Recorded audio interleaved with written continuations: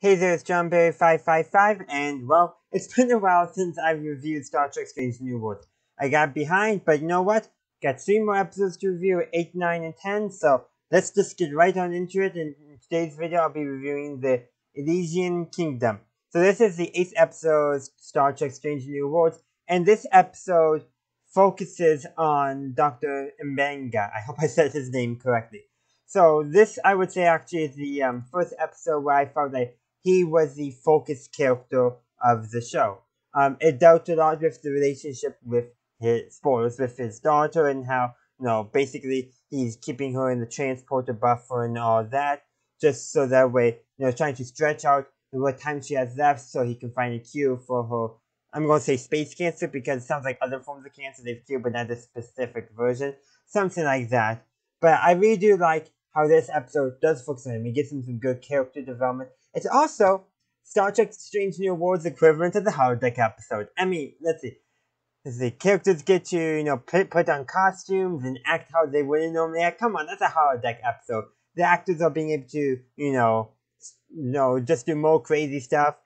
Put on an act that they normally wouldn't be able to do. In fact, it actually kind of reminds me a little bit of the one, I should say, Holosuite episode then from Star Trek Deep Space Nine, where the entire main cast, except for basically Odo, Bashir, and Garrick, are basically being controlled by the Holosuite computer because of real technobabble stuff, and essentially allows the characters to act out, or the actors to play their character in a way they would not normally have been able to.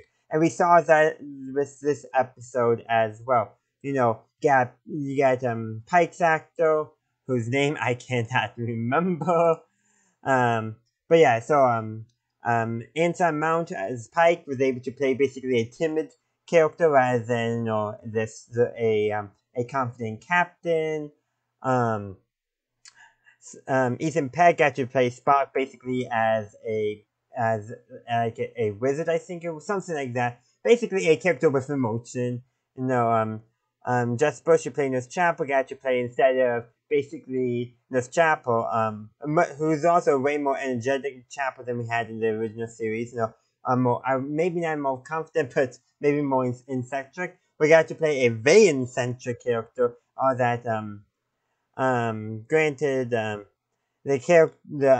Christina Chong, who plays La Noonien Singh, plays the character who's instead, I think, I should have rewatched the episode right before recording, but plays the character who's totally not her. Same thing with Melissa Navi, who plays Lieutenant Ortega. They just play characters who are totally opposite of those, and of course, Celia Rose Gooding, who plays Uhura, gets to basically play the evil character, the hammy evil character, just over the top and all that. And of course, it's just a fun little thing going on, how they're able to put on these characters as their characters, and that's one thing neat about holodeck episodes in regular Trek. Now, because Star Trek Strange New Worlds is free holodeck, well, just a spatial anomaly nebula that has a consciousness is essentially what's going on here. And it all comes in, and so Mbenga is like the only character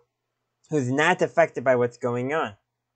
Interesting. Well, part of the reason is because his daughter is part of the reason why this fairy tale realm was kind of created within the ship, and I like how they redressed the ship sets for this. But it's also because the being in the nebula made friends with Mbenga's daughter, and the story that Mbenga's been reading to his daughter is what was used to base the world on. And then he picks that up on when he realized certain changes his daughter wants to make to the story, i.e. fan fiction, are playing out in in the changes that has occurred on board the Enterprise. It's like, I just like how that all is connected. And of course, Hemar is also the only other character who's not affected, only because because he has what's the word I'm looking for? Telepathic abilities that's stronger than a Vulcan. At first, is Spock gonna be affected by this? But Vulcan telepathy is very much more limited than Anar telepathy and others as well. But I do like how they all play that together. And of course, in the end, Mbega does, it comes to a head, for lack of a better description. And, he has to let his daughter go so that way the crew can be, so that way the crew will no longer be trapped in the fairy tale.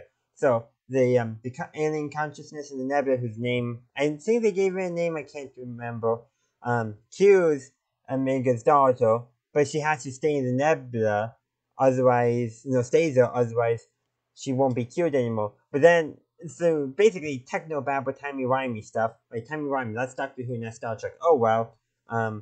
What did, O'Brien, in that, Parallels, I think it was? No, not Parallels. The episode where he's jumping back and forth in time, and he talks to himself, and complains about temporal mechanics.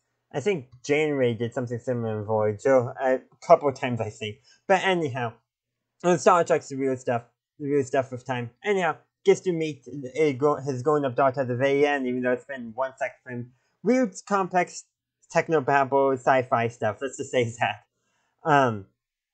But really, what I want to say is, I really like how this episode was able to experiment with Strange New Worlds. Sure, most of the other episodes have been, standard stuff.